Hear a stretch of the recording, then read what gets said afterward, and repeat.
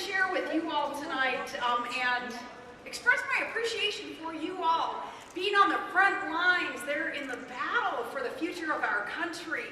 You're doing such a good job. You independent, conservative, new media activists who can really be the vanguard for the future of our country, for the movement that our country is dependent upon, the movement that finally defends our republic and fundamentally restores all that is good and prosperous and free and safe and exceptional about America. You are doing that work because the old media doesn't know how to do that work. From the tea parties to the town halls to the ballot boxes and the debates on Capitol Hill, new media is giving voice to the people because you're of the people. And you are leading the charge. Without you, there probably wouldn't be a Tea Party movement. Thus, no 2010 electoral victory. Thus, no hope for victory in 2012. And this month, we gained another victory. This time it was in Wisconsin.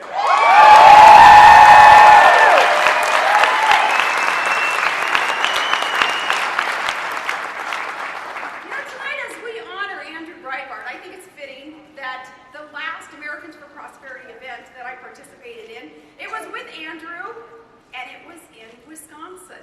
It was late 2011, and Andrew and I were speaking in Wisconsin when the radical left had surrounded us, and they had targeted that good state as their line in the sand, and they were against, of course, the responsible fiscal reform that we were for. Then it seemed that few people were willing to wade into that mess of community organizing, but we were there. You were there. Andrew Breitbart was there. We were there. We few, we happy few, we band of brothers, we were there. We were there that day, remember, in the blowing snow and the frozen rain that was pelting those Capitol steps. I felt right at home. We were there to plant the flag and to hold the hilltop. And that left-wing mob that had surrounded us with shouts and curses, and they came to intimidate. They had their drum circles, and they had their bullhorns, and they had their cowbells. Oh, the cowbells, that was so intimidating. Breitbart told them, as only Breitbart could, as Tim suggested. Breitbart said, go to Hades, he yelled out to the crowd of protesters. And I told the good people of Wisconsin that day that we would take the courage and the integrity that they showed the rest of America, and we would win our country back with what they were showing the rest of America.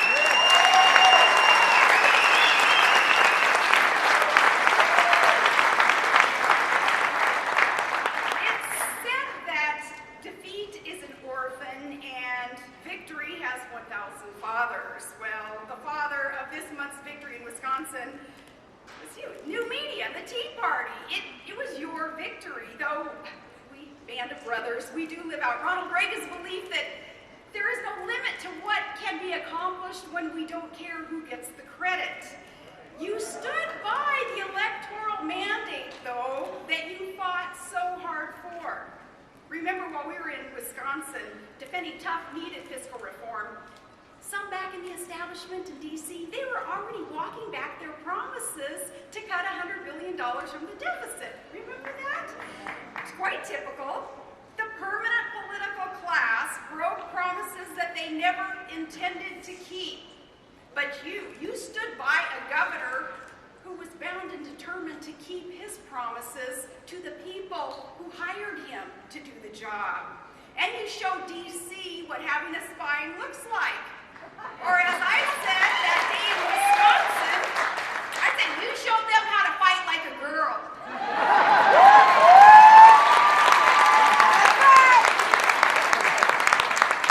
What you're doing, though, the role of new media, it goes beyond just merely organizing. It's more fundamental than that. New media has become a force for activism and for information. You fill a vital role because you do what too many in the old media won't do, can't do, and that's tell the truth. Right. And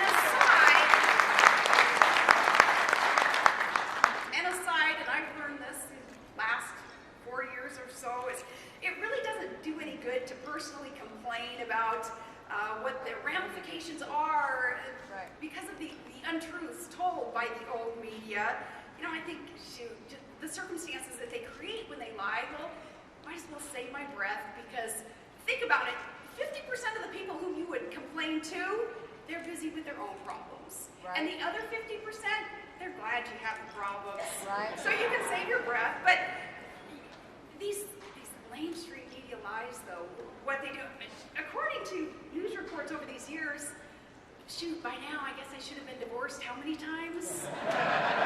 And under FBI investigation, and living in Montana, or the Hamptons. Lately it's been the Hamptons, and it is still a great mystery.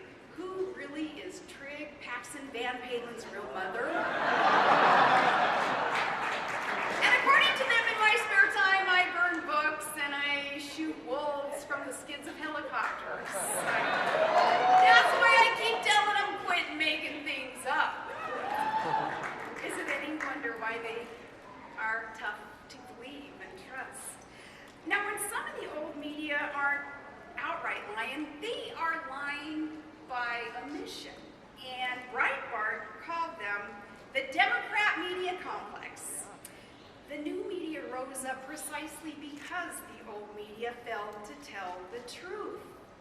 It was from that very first new media breakthrough. It was about 15 years ago when just this lowly little store clerk in a lowly little apartment is equipped with his computer and a modem. Well, he broke one of the biggest stories of the decade. His name was Matt Drudge, and the rest is history.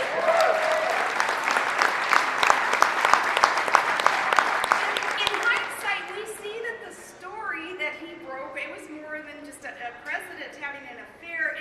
To me, it was much, much more than that. It was about a major old media publication that had spiked the story 11 times. And they knew all about it. 11 times, not just once to check their facts, not twice to double check, but 11 times they spiked the stories. Why? Because as charter members of that Democrat media complex, they were protecting their guy. So when a fellow with a modem and a website found out about this, he decided to tell the truth that they refused to tell. And oh, how that old media cried foul, and they howled. They denounced Drudge as irresponsible and unprofessional and even dangerous and anti-everything from motherhood to apple pie. How dare that nobody from nowhere without a degree or a pedigree, how dare he try to influence the national discourse? But the real reason they feared him was because he was not beholden to the old media's machine and the thought police. Unshackled, he was free. And a few months later, Drudge got to speak at the National Press Club in D.C. He predicted the future in his speech there. He said, "We have entered an era vibrating with the din of small voices. Every citizen can be a reporter, can take on the powers that be. I envision a future where there will be 300 million reporters, where anyone from anywhere can report for any reason. It's freedom of participation absolutely realized. Thus the birth of citizen journalism. And you are the future that he predicted." You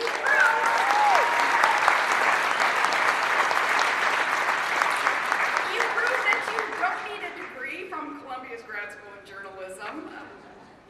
But hey, that bachelor's from science from the University of Idaho, that'll teach you some of the good who, what, where, and when, and why of journalism. It's good stuff there. But no, you don't need that degree. You need integrity, and you need work ethic. Yes. Right.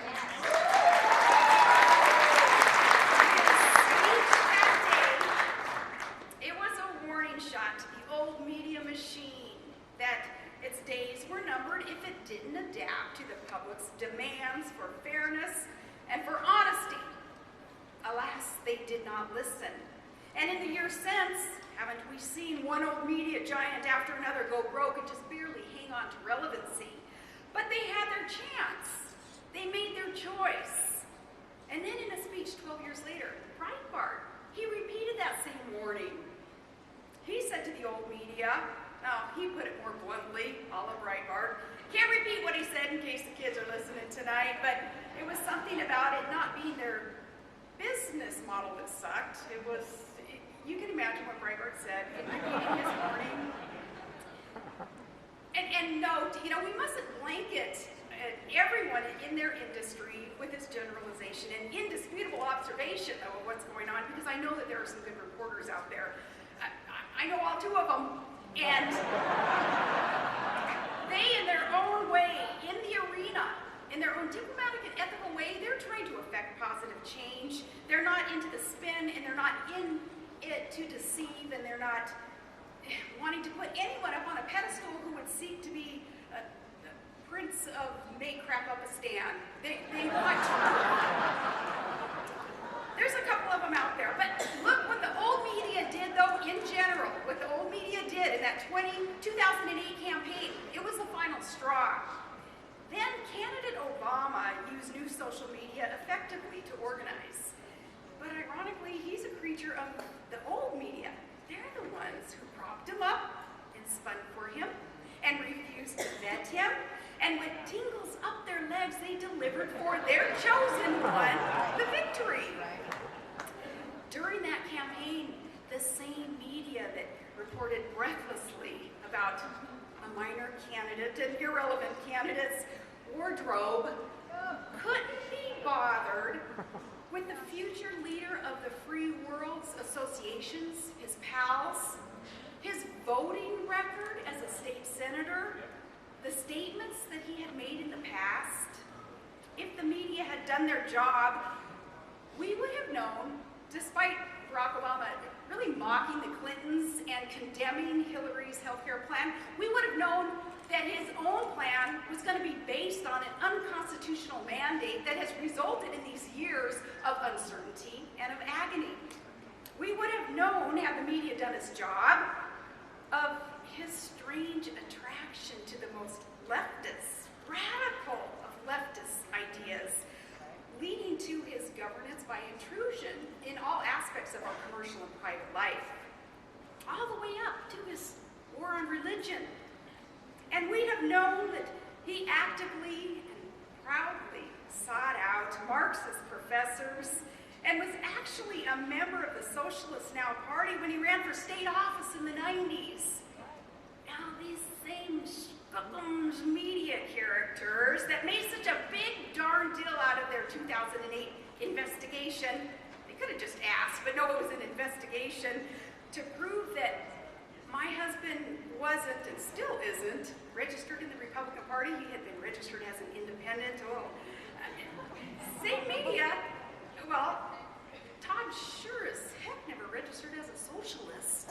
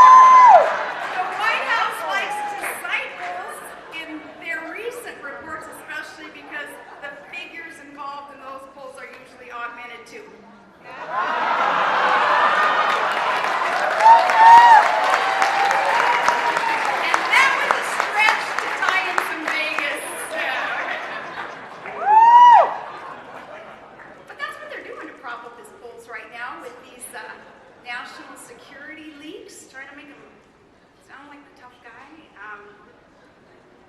We'd have known too, had the media done the job, we'd have known that the plan from the beginning was to run up these trillion-dollar deficits and, you know, budgets be darned. No need for a blueprint, I guess. We're going to go on 4 years here now without a plan for our federal government. Still, no budget in our federal government.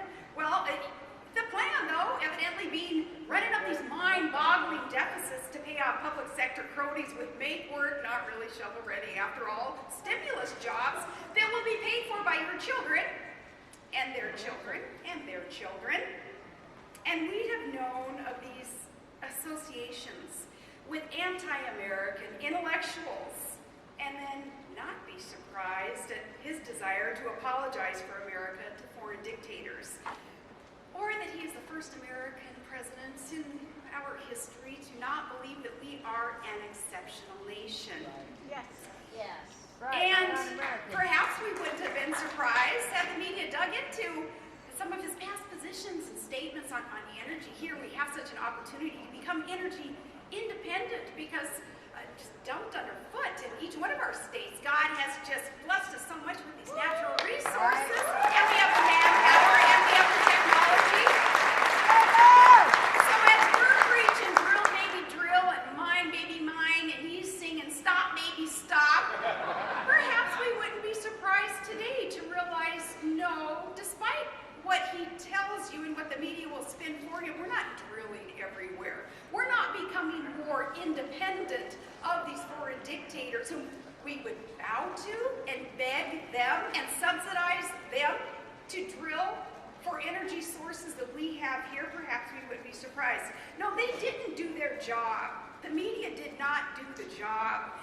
But say for the sake of argument that they couldn't afford to do the job. They couldn't afford to send reporters to Chicago to research a candidate's record because, say, they spent all their money in Wasilla. At the Mocha Moose, they were going to find out what kind of coffee Bristol really ordered when she was 17, you know. So for the sake of argument, say they ran out of money. Why at least did they not read his autobiography? They have learned a whole lot. They have learned a whole lot, and not just about all that Pacaloto smoking and that cocaine snorting and what he ate. Fido.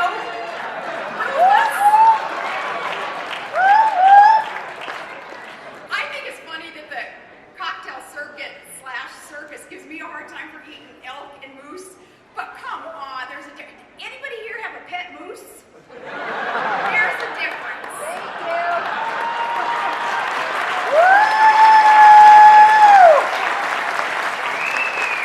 Now, reading his own words would have revealed a lot, because they didn't do their job, though. I tell you, it falls on you. Independent, conservative, new media activists, you are an army of Davids against this Goliath of the old media that still wants to deceive. They who would trample on our First Amendment right, our right to freedom of the press, that freedom that our sons and daughters go to war and are willing to die for, defending for us that freedom of press.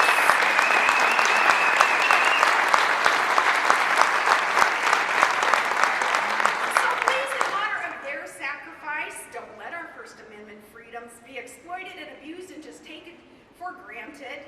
And by the way, if you love that freedom, thank a vet. We thank our vets for it.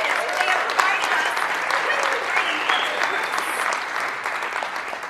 Truly, it is up to you where they cover up and prop up and spin up and around for the powerful. You hold the powerful accountable. You, with your ethical efforts, can get us through upcoming crisis.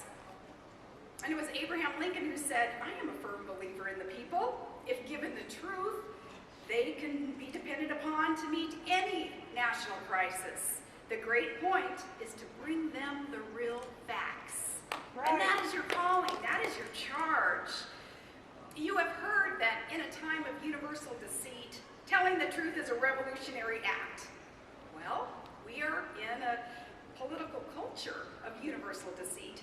For years, politicians haven't really told us the truth about the state of our union.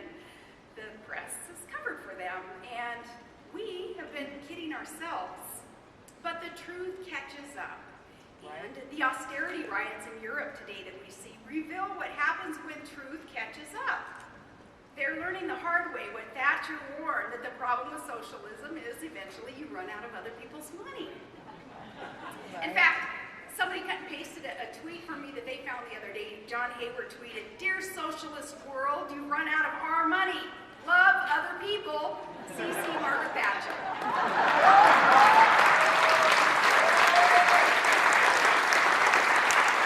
Socialism has failed again, and this is a cautionary tale for us.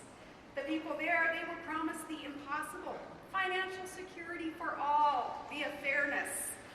A socialist utopia where work is almost an option and not an obligation. Government will take care of you. Well, this was too good to be true because it's not true. And now the lies are exposed, the debt is due, and there are riots in the street. This is our cautionary tale because we're even more broke than they are. As Mark Stein says, we're the brokest nation in history. Our politicians have been telling our esteemed senior citizens that the money that they've invested in our government, that they paid into Social Security all their adult lives, all those funds, having wisely been invested by the government, they'll be there once you retire, sure, but no, those funds have been raided year after year. Social Security is broke. Medicare is broke. Our politicians, every campaign, they dodge the specific questions about deficit spending and what they want to cut and entitlement reform that's so necessary. They must know that we're broke and that we're accumulating $4 billion in debt every day. That's $3 million a minute, and yet they must realize this, but they don't seem to want to fix it. Last summer, our nation's credit rating downgraded for the first time in history, and there was a general agreement at the time, was there not, that, okay, we're in a debt crisis and we can't ignore this any longer. But right at that moment, what happened? Right at that moment, the media complex, they changed the subject. They changed the conversation right underneath us. And the masters of distraction changed the subject to this pivot from national dialogue being necessary debt reduction to all of a sudden class warfare based on what really was under the guise of politicians' subjective definition of fairness. And then we see another shift recently, this enabling and encouraging or promising young people that they can just sign on the dotted line and take all those college loan dollars that are available, take all that you can get, saddle up and saddle yourself with $100,000 in college debt for a degree in, say, post-structural, feminist, neo-colonial, underwater basket weaving, because the job market is so ripe for that. Don't worry about the future, kids. Just have fun. There's always fun in employment. So now we have a generation, folks, that's shackled with lifetime debt and often with useless degrees. And how fair is that to perpetuate that deception? I want to warn young adults. Oh, they have to be warned. Tonight, you're going to watch a new documentary. It's going to blow you away. It will reveal how the media does change the conversation. This film called Occupy Unmasked, it's Andrew's last earthly effort to break through the massive lie known as the Occupy movement. It exposes this fraud that is abetted by the mainstream media. And you're going to find out this wasn't a movement that was organized like the Tea Party was by average patriots who were just concerned about their country. It was organized by violent, radical, left-wing anarchists who decide that our free market system must be overthrown. And you don't have to take my word for it. They speak quite candidly about this themselves. You'll see footage of occupiers throwing Molotov cocktails and roving bands of Occupy thugs destroying private property and terrorizing neighborhoods. You'll learn of an epidemic of rape in Occupy camps, which some, I guess, refer to as freedom of expression. And you'll see with horror the violent force forces our community organizer-in-chief has unleashed on America. See, President Barack Obama and the Democrat media complex, they have embraced the Occupy movement, yes? Yes. And you're going to see that they, having blessed it early on, you're going to see what they blessed. Keep in mind, they denounced the Tea Party movement, which has been one of the most peaceful, patriotic, diverse, independent grassroots movements.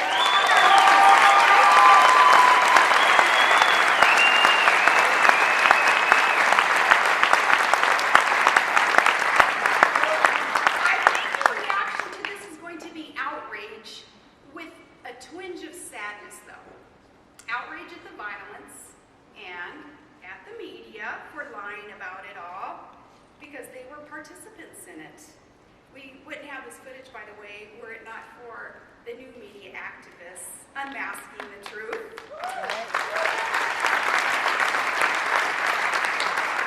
That's a sadness too, though, because it is a sad day when such a thing goes on in this America that we so love. Sad that young people who are so in debt turn to this movement because their professors taught them that America is the root of all evil, and yes, that free market system is unfair, thus it must be overthrown. Unfortunately, granted, crony capitalism on both sides of the aisle makes us a bit more vulnerable to some of the criticisms. But now, if you think about it, we have this growing class full of angry, unemployed, idle hands with heads full of Marxist lies. Who's going to tell them the truth? We have to tell them the truth. If we don't tell them the truth, then our country fails. We must succeed in this, and we will succeed in this. We'll reach them through the media, and through politics, and through pop culture. Pop culture, where we shouldn't be afraid to get out there, quit preaching to the choir, but get out there and be influencers, right? In pop culture.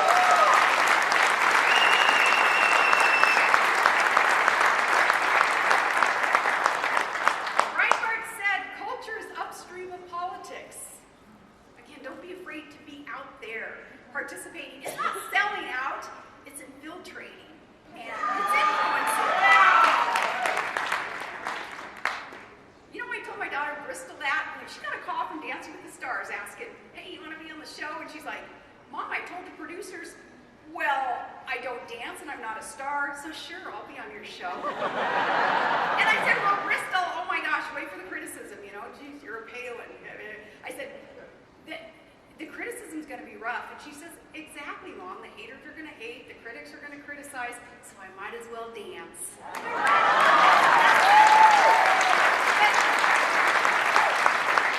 be out there trying to influence for good in culture. Now, a word of warning, though. Okay, whatever the outcome is in November, please do not get co-opted by the permanent political class. Granted, you will not make many friends in the Beltway or in Hollywood. HBO, oh, they're gonna do what they gotta do against you. You won't be one of the cool kids. Doggone it. Oh. Sometimes you'll find yourself under the bus. But you need to stay outside of the machine. Sometimes you gotta rage against it. Stay outside of the political establishments in order to hold them accountable. And just tell the truth. Don't spin GOP failures the same way that the left does for President Obama. And Nancy Pelosi and Harry Reid and Bernie Green, and then, in our hoped for, prayed for, worked very hard for, and predicted victory this fall, then we have to make sure that we don't go back to saying, well, right on, our team's got the ball, so we get to ignore now what everybody's doing. No, our nation can no longer afford partisan apathy. Please stay ever vigilant, holding feet to the fire. And we shall. We'll succeed in this. You've probably heard this, what success is. Success is preparation meeting opportunity. Okay, when they meet, you will succeed. And for such a time as this, you have both. Be confident that you are prepared, and certainly you recognize this gift you're given, this opportunity, this time in our nation's history. So we'll have preparation, meeting, opportunity. We'll succeed in this mission. And I say we because I consider myself part of you, part of this movement. I know that without social media, my platform would be so narrow. It would be so much shakier and more narrow as I would try to maneuver a constitutional conservative, very traditional, very common, sensible platform and message through the filter of the old media. So I proudly consider myself a part of this movement, and I just thank you so much from the bottom of my heart for what it is that you do in trying to correct the untruths and trying to get what the real story and the real message and somebody's real record is actually all about. I know that many of you independents, you've had my back, and I can't tell you how grateful my family and I are for your efforts. And we need to have each other's back. We must have each other's back.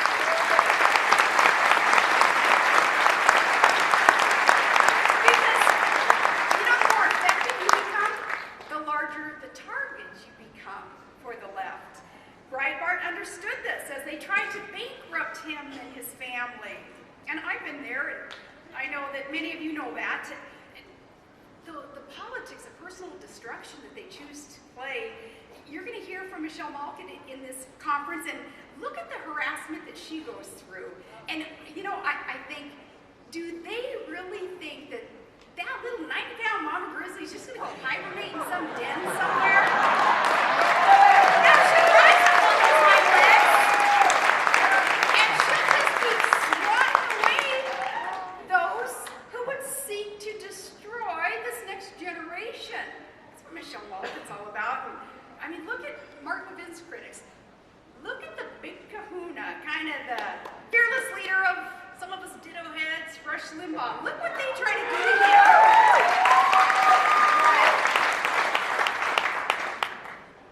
With he being the center of these massive campaigns to try to silence him. And I think of Rush when my girls and I were trucking down the road in our truck and radio's blasting and Kelly Clarkson's song comes on, and I think of Rush when it says, "What doesn't kill you makes you stronger." And I think these yahoos out there doing all that they can to try to get Rush to sit down and shut up, they're making his point every day with the double standards and the hypocrisy, and he just comes back stronger and stronger and more credible because they make his point for him. What a gig he's got. Just let him on.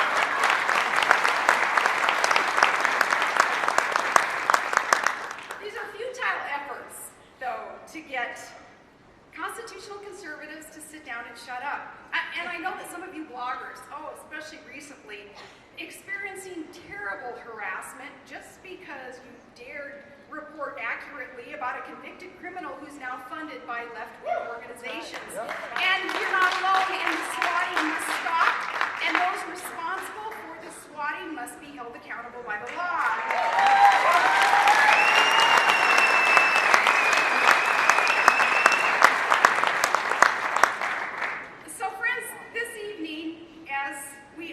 Andrew Breitbart, remember that his greatest gift that he left for us was his fearlessness. And I would hope that even tonight, and even through this conference, that you would be able to reload with that inspiration of his fearlessness. Be out there and stand your ground, and others will stand with you. Courage inspires courage, and victory begets victory. So let's be bold and courageous to win our country back. We can do it because we have the time-tested truths on our side, and we will do whatever it takes to defend those truths. We will defeat that Goliath of the old media that still seeks to deceive this most exceptional nation.